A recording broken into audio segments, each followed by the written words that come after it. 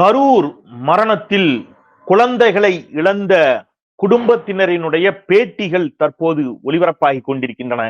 அது தமிழ் சமூகத்தை பெரும் அதிர்ச்சியில் ஆழ்த்தி கொண்டிருக்கின்றன. தமிழ் சமூகம் எதை நோக்கி நகருகிறது அப்படிங்கிறத பத்தி நாம இன்னைக்கு இந்த வீடியோவில் பேச இருக்கின்றோம். திரு விஜய் அவர்கள் அறிவித்த 20 லட்சம் ரூபாய் நேற்று பாதிக்கப்பட்டவர்களினுடைய வங்கி கணக்கில் செலுத்தப்பட்டதாக ஊடகங்கள் செய்திகளை தெரிவிக்கின்றன.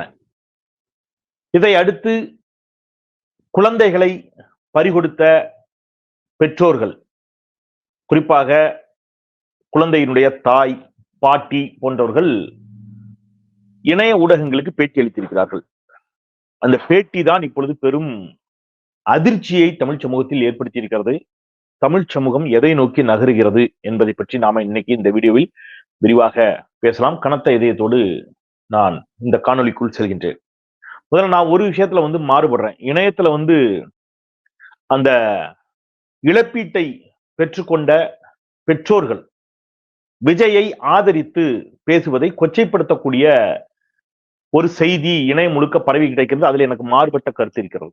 அதாவது இவங்கெல்லாம் ஒரு தாயா, இவங்களுக்கு அந்த பிள்ளைங்க மேல என்ன பாசம் இருக்கிறது என்பது போன்ற கேள்விகள் எனக்கு ஒரு துளி கூட அதுல உடன்பாடு இல்லை. அந்த கேள்விகளின் மீது நம்மை விட நாமே அந்த பிள்ளைகளுக்காக கண்ணீர் விட்டோம் அப்படின்னா, பெற்று வளர்த்து ஆளாக்கியவர்களுக்கு நம்மை விட அதிக பாசம் நிச்சயம் இருக்கும். அவர்கள் அந்த பிள்ளைகளின் மீது எந்த இடத்திலும் அவருடைய பாசம் அப்படிங்கிறது இல்லாம போயிடுச்சு அப்படிங்கிறதுல எனக்கு ஒரு துளி கூட அது போன்ற விமர்சனங்கள்ல உடன்பாடு இல்லை. எனவே அந்த பிள்ளைகளை இழந்திருக்கக்கூடிய அந்த பெற்றோர்களுக்கு, குறிப்பாக அந்த தாய்மார்களினுடைய துயரம் என்பது மிகப்பெரியது, அளப்பெரியது. அதுல எனக்கு எந்த மாறுபட்ட கருத்தும் இல்லை.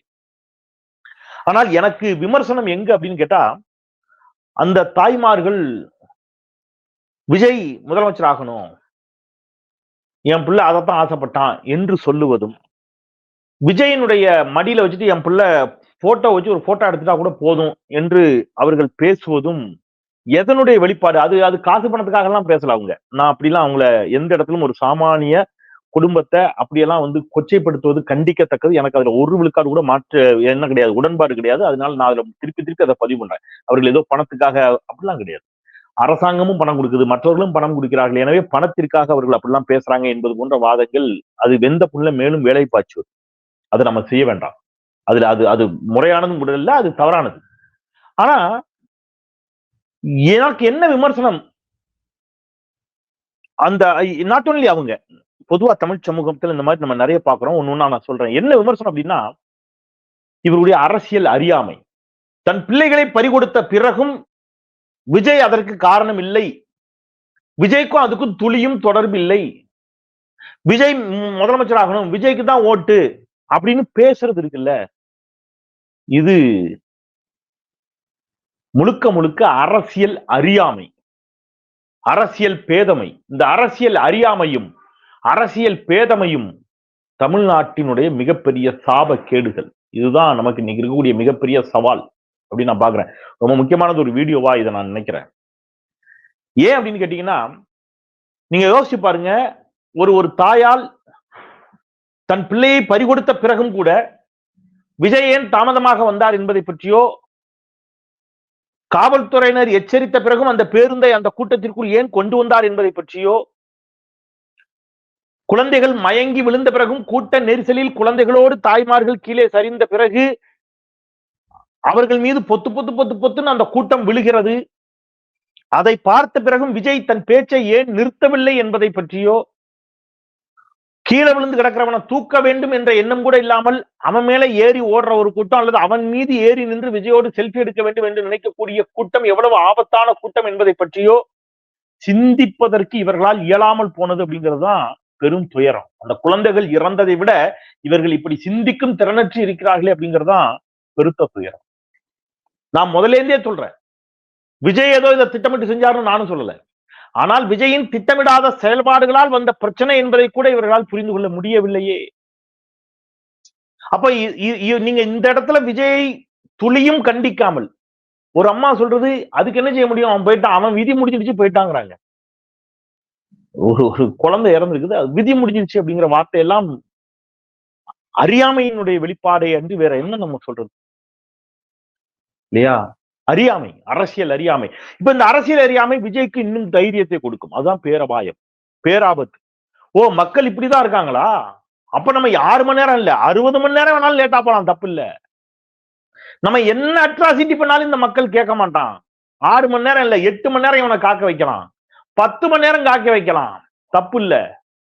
40 பேர் இல்ல, எத்தனை பேர் செத்தாலும் இவன் திருந்த மாட்டான், இவன் நம்மை வாழ்க என்று சொல்லுவான் என்ற எண்ணம் விஜய்க்கு வரும். அதுதான் இதுல இருக்கக்கூடிய பேராபத்து. அதான் வருத்தமா இருக்கு. இது ஏதோ இன்னைக்கு இந்த கரூர்ல சம்பவத்துல நிகழ்ந்ததுன்னு நினைக்காதீங்க.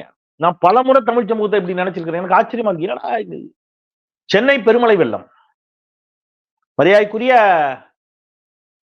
மறைந்த முதலமைச்சர், முன்னாள் முதலமைச்சர் ஜெயலலிதா அவர்கள் ஆட்சி காலத்தில் இங்கே சென்னை பெருமழை வெள்ளம். நள்ளிரவு செம்பரம்பாக்கம் ஏரியை திறந்து விட்டாங்க. செம்பரம்பாக்கம் ஏரியா நள்ளிரவு திறந்து விட்டதுனால தூங்கிட்டு இருந்தவங்க பல பேர் செத்து போனாங்க. செம்பரம்பாக்கம் ஏரியை திறக்கிறதா வேண்டாமா என்பதை பற்றி ஜெயலலிதாவிடம் சென்று கேட்பதற்கு அதிகாரிகளுக்கு பயம். அப்படியான ஒரு ஆட்சி, அப்படியான ஒரு நிர்வாகம், அத்தனை பேர் மாண்டு மடிந்து போனார்கள். ஆனால் அதை தொடர்ந்து சில மாதங்களில் தேர்தல், டிசம்பர்ல வெள்ளம், ஜனவரியில இந்த துயரம், ஜனவரி வரைக்கும் இந்த துயரம் நீடிக்கிறது, மேல எலெக்ஷனு, சென்னையில அஇஅதிமுக பெருவாரியான இடங்களில் வெற்றி பெற்றது. அவ்வளவு ஷாக் ஆயிட்டேன். சென்னை, மொத்த சென்னையும் தண்ணீரில் மிதந்தது. அதற்கு அடுத்து ஜெயலலிதா 3 நாட்கள் கழித்துத்தான் டெம்போ டிராவலர்ல வீட்டை விட்டு வெளியவே வந்தாங்க. வெளியே வந்து பேரன்பு கொண்ட பெரியோர்களே, தாய்மார்களே, வாக்காளர் பெருங்குடி மக்களே என்று வாக்குகள் கேட்டார் ஆர்கே நகர்ல. ஆனா ஜெயலலிதா மீது இந்த மக்களுக்கு கோபமே வரல. ஆனால் களத்திலேயே நின்று வேலை செய்யக்கூடிய அரசியல்வாதிகளை கேள்வி மேல கேள்வி கேட்பான். அப்ப அரசியல் அறியாமையும் பொது புத்தியில் உறைந்திருக்கக்கூடிய ஒரு பேதமை, ஒரு போத. சில அரசியல் தலைவர்கள் அவர்கள் வந்து ஒரு அசகாய சூரர்கள், எல்லாவற்றிற்கும் மேல, அவர்கள் எல்லாவற்றிற்கும் மேலானவர்கள் அப்படின்னு இவன் மைண்டுக்குள்ள இவனே நம்பிக்கிறான். நம்பிட்டு அவங்க என்ன செஞ்சாலும் சரி, அவங்க சைட்ல தப்பே இருக்காது, அவர்களால தன் வீட்டில் இளவு விழுந்தாலும் அதை பத்தி கவலைப்படாத இடத்துக்கு நகர்வது அப்படிங்கிறது எவ்வளவு ஆபத்து அப்படிங்கறத கொஞ்சம் சிந்திச்சு பாருங்க, யோசிச்சு பாருங்க. பரமக்குடி துப்பாக்கி சூடு, 6 பேர் காக்கை குருவிகளைப் போல ஜெயலலிதா அரசாங்கத்தால் சுட்டுக் கொல்லப்படுகிறார்கள். அந்த துப்பாக்கி சூட்டுக்கு காரணம் என்ன? அண்ணன் ஜான் பாண்டியன் அவர்கள் கைது செய்யப்பட்டு வல்லநாடு துப்பாக்கி சூடும் தளத்திற்கு அழைத்து செல்லப்பட்டார் என்ற செய்தி வருகிறது. நான் இப்ப சத்தியம் தொலைக்காட்சியில இருக்கேன். நிச்சயமா அது ஒரு பதட்டத்தை ஏற்படுத்தக்கூடிய செய்தி தான். ஜான் பாண்டியன் அவர்கள் கைது செய்யப்பட்டார். எங்க தியாகி இமானுவேல் சேகரன் நினைவிடத்திற்கு வீரவணக்கம் செலுத்துவதற்காக அவர் வருகிறார். வருகின்ற வழியில் கைது செய்யப்படுகிறார். கைது செய்யப்பட்டு வல்லநாடு துப்பாக்கி சூடும் தளத்திற்கு கொண்டு செல்லப்பட்டு விட்டார் அப்படிங்கிற செய்தி தான் பதட்டத்தை ஏற்படுத்திய செய்தி. அப்ப சத்தியம் தொலைக்காட்சியிலிருந்து அவர் தொலைபேசியில் தொடர்பு கொண்டு நான் பாதுகாப்பா தான் இருக்கிறேன், யாரும் பயப்பட வேண்டாம், எந்த பிரச்சனையும் பண்ணக்கூடாதுன்னு அவரு வாயாலே சொல்லி அமைதியை ஏற்படுத்துவதற்கு அவர் முயற்சி செய்தார். அதெல்லாம் ஒரு பக்கம் நடந்துச்சு. ஆனா அந்த துப்பாக்கி சூடு நடந்த அடுத்த சில மாதங்களில் ஜான் பாண்டியன் அஇஅதிமுக கூட்டணியில் இடம்பெற்றார். எனக்கு எல்லாமே கொஞ்சம் விசித்திரமாவே இருக்கும். இது எல்லா கட்சியிலும் நடந்திருக்கு, எல்லா கட்சிகளின் மீதும் இந்த மாதிரியான விமர்சனம் இருக்கலாம். ஆனால் நேரடியாக மக்கள் நீங்க தூத்துக்குடி எடுங்க, தூத்துக்குடி ஸ்டெர்லைட் துப்பாக்கி சூடு, அஇஅதிமுக பாஜகவின் மீதுதான் பிரதான குற்றச்சாட்டு. பல லட்சம் வாக்குகளை டாக்டர் தமிழிசை சவுந்தரராஜன் அந்த தொகுதியில வாங்குறாங்க. கடும் போட்டியை சகோதரி கனிமொழி அவர்களுக்கு அவரால், தமிழிசை சவுந்தரராஜனால் கொடுக்க முடிகிறது. தூத்துக்குடி துப்பாக்கி சூடு 11 பேர் கொல்லப்பட்ட அடுத்த சில மாதங்களில் நடைபெற்ற தேர்தலில். அப்போ அரசியல் தலைவர்கள் மக்களை எப்படி நினைப்பாங்க? ஒண்ணு அதெல்லாம் கவலையே வேண்டாம், இவன் செத்தாலும் இவனை பத்தி கவலைப்படாத, இவன் செத்தாலும் இவன் நமக்கு ஓட்டு போடுவான், இவனை பத்தி கவலைப்பட வேண்டாம், இவனை எவ்வளவு அடிச்சாலும் இவன் தாங்குவான், இவன் ரொம்ப நல்லவன், நம்ம நேரம் கழிச்சு போலாம், துப்பாக்கி சூடு நடத்தலாம், ஏரியை திறந்து விடலாம், என்ன வேணாலும் பண்ணலாம், இவனை சாவடிக்கலாம், பிரச்சனை இல்ல. இவனுக்கு பொது புத்தியில ஒரு போதை ஊட்டப்பட்டிருக்கிறது. அது என்னன்னா திமுக வெறுப்பு. அந்த திமுக வெறுப்பு என்பதை கருத்துருவாக்கத்தின் அடிப்படையில தொடர்ந்து உருவாக்கி வச்சாச்சு. அது ஒண்ணு போதும், இவன் செத்தாலும் அவன் வீட்டிலேயே பிள்ளைங்க செத்தாலும் நமக்கு தான் ஓட்டு போடுவாங்கிற எண்ணம். திமுக எதிர்ப்பாளர்களுக்கு இருக்கக்கூடிய காரணத்தினால்தான் அது உண்மையும் கூட அப்படித்தான் நடந்துகிட்டு இருக்கு. ஜெயலலிதாக்கு அப்படிதான் ஓட்டு போட்டீங்க, பாஜகவிற்கு விழும் வாக்குகள் அப்படித்தான் இப்ப விஜய்க்கும் அதை நோக்கி நகருதுன்னா நீங்க அந்த கருத்துருவாக்க அரசியல் எவ்வளவு ஆபத்தானதுங்கிறத கொஞ்சம் சிந்திச்சு பாருங்க. கலைஞர் திருட்டரையில் ஏறி வந்தாலும் இப்போ வரைக்கும் சொல்லி எல்லாரையும் நம்ப வச்சிருக்கிறான். நம்ம ஆதாரங்களோட பலமுறை எடுத்து நிரூபிச்சிட்டோம். அவர் அப்பவே இன்னைக்கு மதிப்புக்கு பல லட்சம் ஊதியம் வாங்கினவரா, சொல்ல போனா கோடிகள்ல. எம்எல்ஏ ஆவதற்கு முன்பாகவே கோபாலபுரத்தில் சொந்த வீடு, கார் வைத்திருந்தவர். அன்னைக்கு மதிப்புக்கு அவருக்கு சம்பளம் அப்பவே 10,000 ரூபாய், இன்னைக்கு 10,000 ரூபாய் வாங்குறான். அப்பவே என்எஸ் கிருஷ்ணா 10,000 ரூபாய் ஊதியம் தருகிறேன் என்று அவரை சென்னைக்கு அழைத்து வந்தார். மாடர்ன் தியேட்டர்ஸ் முதலாளி முன்னாடி உட்கார்ந்து பேசக்கூடிய ஒரே மனிதர் கலைஞர். அப்கோர்ஸ் கலைஞர் எழுதுகின்ற பொழுது 2 பேரை குறிப்பிடுறாரு. வேறு ஒருவர் எழுதிய பொழுது கலைஞர் மட்டும் குறிப்பிடுகிறார். கலைஞர் எழுதுகின்ற பொழுது அவரோடு சேர்த்து இன்னொருத்தர், அது நம்முடைய பாவேந்தர் பாரதிதாசன். பாவேந்தர் பாரதிதாசன் அவர்களும் கலைஞரும் தான் உட்கார்ந்து பேச முடியும். இப்படிப்பட்ட ஒரு மனிதரை நான் என்ன சொல்லி நம்ப வச்சுட்டான்? எனக்கு இப்போ வரைக்கும் புரியல, தெரியல. எனக்கு வேதனை தான் மிஞ்சுது. நான் திருப்பி சொல்றேன், விஜய்க்கு நீங்க ஓட்டு போடுறது ஓட்டு போடாது அதெல்லாம் உங்களுடைய விருப்பம், அது வேற. நான் இந்த இவ்வளவு நாள் பேசுறேன், அதுக்குள்ள எங்கேயா போயிருக்கேனா? நான் என்ன கேட்கிறேன்னா, கேள்வி கேட்க கூட மாட்டீங்களா? விஜய் ஏன் தாமதமாக வந்தார்? ஏன் அந்த பிள்ளைங்க அவ்வளவு நேரம் அங்க நின்னுச்சு? எதனால தண்ணீர் கூட கொடுக்கல? ஏன் காவல்துறைக்கு ஒத்துழைப்பு கொடுக்கல? ஏன் மயங்கி விழுந்த பிறகு பேச்சை தொடர்ந்தார்? இந்த கேள்விகளை நான் திருப்பி திருப்பி கேட்டுக்கிட்டே இருக்கேனே. அவர் பேச தொடங்கிய 3வது நிமிடமே ஆம்புலன்ஸ் உள்ள வந்துடுச்சு. தன் பேச்சை நிறுத்தி இருக்கலாம் அல்லவா அப்படிங்கிற கேள்வியை கேட்க விழிப்புணர்வற்ற சமூகம். அது எங்கேயோ இருக்கிறோம் அப்படின்னு நினைச்சாலும் பரவாயில்ல, கேட்காம இருந்தாலும் அவனுக்கு அந்த துயரத்துக்கும் தொடர்பு இல்லைன்னு கூட வச்சுக்கலாம். எங்கேயோ திருநெல்வேலியோ கன்னியாகுமரியிலயோ அல்லது டெல்லியிலயோ அமெரிக்காலயோ இருந்து இதை பார்க்கிறவன் நினைப்பதற்கும், தன் வீட்டில் தன் சொந்த பிள்ளையை பறிகொடுத்த ஒரு தாய்க்கு கூட அந்த கேள்வி எழவில்லை அப்படின்னு சொன்னா தமிழ் சமூகம் எதை நோக்கி நகருகிறது? என்ன மாதிரியான கருத்துருவாக்கத்தை நாம் உருவாக்கி கொண்டிருக்கிறோம்? என்ன மாதிரியான ஒன்னு கட்டி எழுப்பி இருக்கிறோம்? அரசாங்கத்தை கண்டிக்கக்கூடிய எதிர்க்கட்சிகள் ஒரு மருந்துக்காவது ஒரு வார்த்தைக்காவது விஜயின் மீதும் தவறு இருக்குதுங்கன்னு கூட சொல்ல முடியலையே எதிர்க்கட்சிகளால. அதிமுகவால சொல்ல முடியல, பாஜகவால சொல்ல முடியல. விஜயின் மீதும் தவறு இருக்குதுங்க, அவர் சரியான நேரத்துக்கு வந்திருக்கணும். அரசாங்கத்தை நீங்க விமர்சிங்க, எதிர்க்கட்சியா நீங்க கண்டிப்பா அரசாங்கத்தை விமர்சிப்பீங்க. அரசாங்கத்தை விமர்சித்து விட்டு விஜயின் மீதும் தவறு இருக்கிறது, அவர் குறித்த நேரத்திற்கு வந்திருக்க வேண்டும், அவர்களுக்கு தண்ணீர் வசதி செய்து கொடுத்திருக்க வேண்டும் என்பது போன்ற விமர்சனத்தை கூட எதிர்க்கட்சிகள் வைக்க தயாராகவில்லை.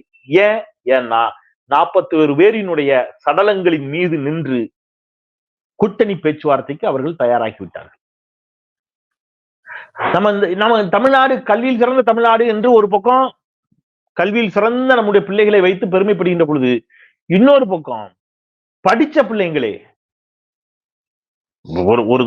ஒரு தம்பி சொல்றான், அவனுடைய கசின் 4 லட்சம் ரூபாய் என்னமோ சம்பளம் வாங்குறான் ஐடி ஃபீல்ட்ல. அவன் இந்த கான்ஸ்பிரசி தியரி அவ்வளோத்தையும் நம்புறான். படிச்ச பையன் ரொம்ப எளிமையா சிந்திச்சா விட கிடைச்சிரும். அத்தனை ட்ரோன் கேமரா இருந்துச்சு, அத்தனை வீடியோ கேமரா இருந்துச்சு. இவங்க சொன்ன ஏதேனும் ஒன்றுக்கு ஒரு கான்ஸ்பிரசி தியரிக்கு ஒரு கேமரால கூட ஒரு ஆதாரம் இல்ல. விஜய் பேசுகிறார், மயங்கி விழுகிறார்கள், ஆம்புலன்ஸ் வருது, எல்லாத்தையும் நாங்க ஆதாரத்தோடு நிரூபிக்கிறோம்ல, எல்லாத்தையும் ஆதாரத்தோடு நிரூபிச்சிட்டோம். ஆனால் மறுபுறம் கான்ஸ்பிரசி தியரி, அது எதற்கும் ஒரு ஆதாரம் கூட இந்த நவீன காலத்தில் இவ்வளவு கேமராக்கள். நீங்க இப்படி சிந்திச்சு பாருங்களேன், இத்தனை ட்ரோன், எத்தனை 60 ட்ரோன் என்னமோ சொல்றாங்க பறந்துச்சுங்கிறாங்க, ட்ரோன் கேமரா மேல இருந்து அதனுடைய விஷுவல்ஸ் எல்லாம் அவங்க தரப்புல இருக்கும்ல. ஏதாவது ஒண்ணு இருந்துச்சுன்னா இதுக்குள்ள வந்திருக்கு, எவ்வளவு பெரிய பிரளயம் ஏற்பட்டிருக்கும். அப்ப படிச்ச பிள்ளைங்களே இதை நம்ப தயாரா இல்ல, இந்த அறிவோட இதை சிந்திக்க தயாரா இல்ல. அப்ப படிச்ச பிள்ளை என்ன நினைக்கிறான்? அவன் படிச்சிருக்கிறான், ஆனா முட்டாளா இருக்கான். படிப்புக்கும் அறிவுக்கும் சம்பந்தம் இல்லைங்கிறது தெளிவாகிறது. சிலர் வேண்டுமென்றே தங்கள் அரசியல் லாபத்திற்காக படித்தவன் சூதும் வாதும் செய்தால் போவான் போவான் ஐயோ என்று போவான் என்கிறான் பாரதி. சில முன்னாள் ஊடகவியலாளர்கள் இல்லையா, தெரிந்தே பச்சையாக போய் சொல்லுகிறார்கள். எப்படி அவர்களால் முடிகிறது தெரியல. அப்ப எப்படியாவது திமுகவுக்கு எதிராக இதை பயன்படுத்தணும். அது மட்டும்தான் நோக்கமா இருக்கும்னா, அப்ப 41 வேறு உயிர்களுக்கு நான் வந்துகிட்டேன். இப்ப செத்து போனவங்க வீட்லயே அதை பத்தி கவலைப்படாத இடத்துக்கு வந்து விஜய் முதலமைச்சர் ஆகணும்னு சிலர் பேச ஆரம்பிச்சிட்டாங்கன்னா, வெளியில இருக்கிறவன் விஜய்க்கு ஆதரவா பேசுறது என்ன? நான் திருப்பி திருப்பி சொல்றேன், விஜயனுடைய அரசியல் வேற, அது அப்புறம் பேசுவோம்.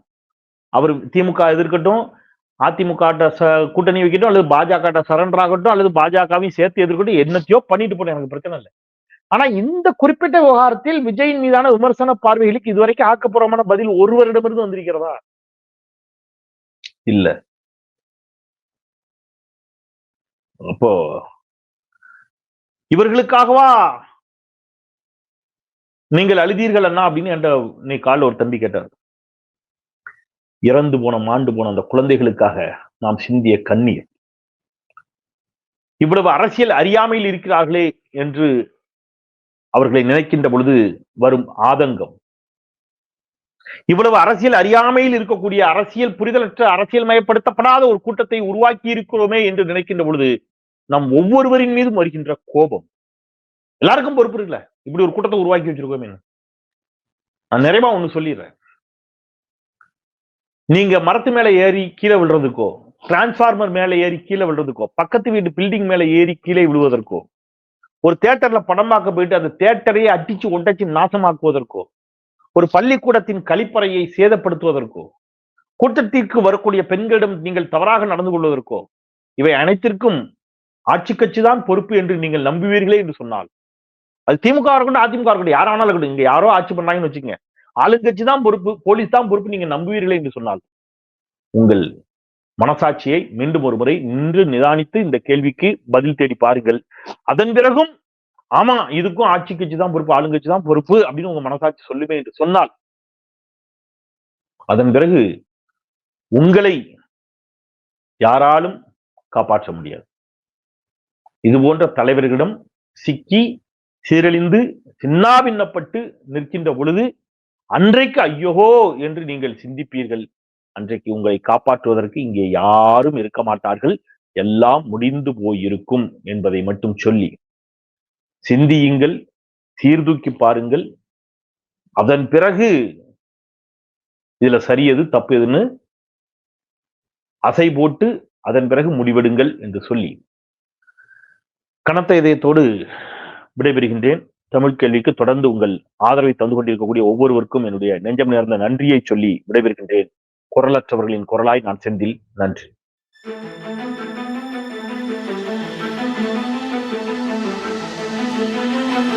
Thank you.